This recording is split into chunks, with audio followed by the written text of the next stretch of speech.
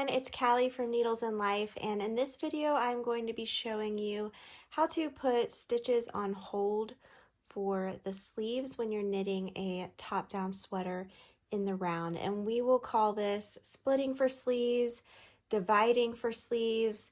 You might see it, other ways, but basically the idea is we finished knitting the yoke, and now we want to keep knitting the body, but we need to put some sleeves on hold, some stitches on hold, excuse me, for sleeves to knit later on. So I'm going to show you exactly how to do that. And this top that I'm knitting is my Ray of Sunshine tee. And you might think the neck looks a little weird. That's because we've got provisional cast on up here and a keyhole opening and stuff like that. So I'm going to go ahead and get started. The first thing you do for this pattern is you knit some stitches before putting a sleeve on hold, but depending on the pattern, you might put stitches on hold right away. So just make sure that you follow whatever pattern you are following, but hopefully this video will help you with putting the stitches on hold. So for the pattern I'm knitting, I'm going to knit 30 stitches first.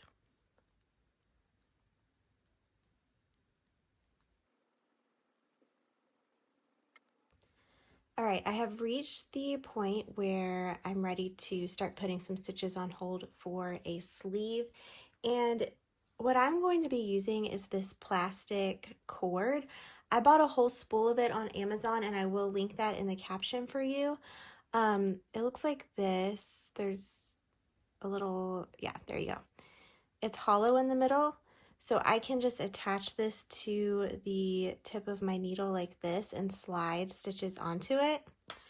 But if you do not have any of this cord, you can simply use waste yarn, and what I would do is thread it through a tapestry needle, and you can just put these stitches on a little piece of yarn and tie a knot. But I'll show you how I do it with the cord right here. So looking at my pattern, I need to put 36 stitches on hold. So I'll just start slipping some onto the cord and then count them.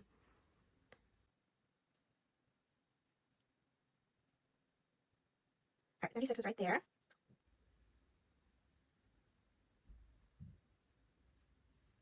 And now I can pull this off of the needle. And these are my sleeve stitches right here.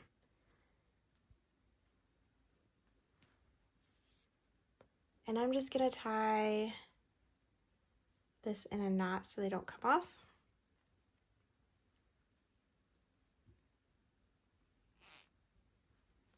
The reason we put these on hold is because we want these stitches to be live, meaning they're ready to pick up and knit when we're ready to do the sleeve. Now, typically we cast on a few stitches to give us a little more room under the arm. So you can see this is the sleeve and then this is the underarm right here. And in this pattern, we're going to cast on 4 under the arm using the backward loop method. And this is what you'll see most commonly used. So what I do is I just take my thumb, here's the working yarn right here, go under it like this.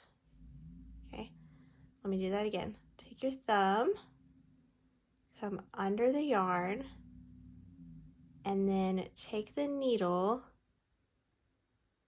and go under right there and then pull it.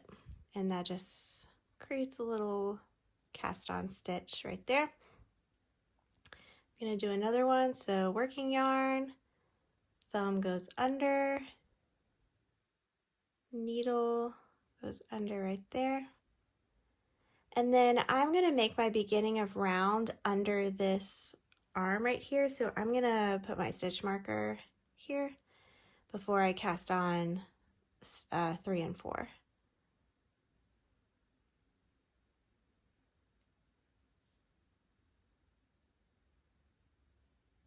All right, and we have one sleeve on hold now. And then you are going to knit across the front here.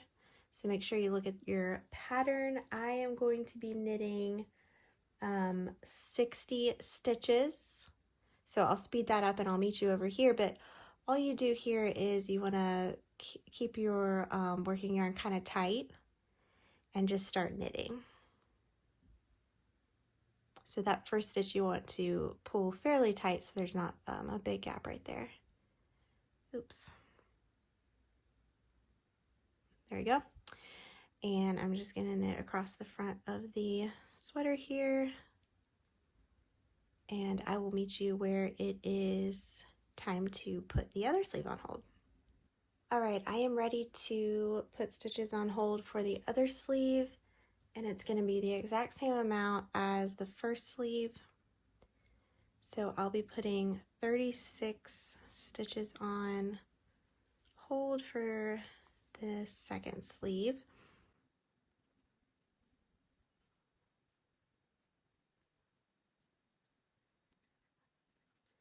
All right, I have 36 stitches now.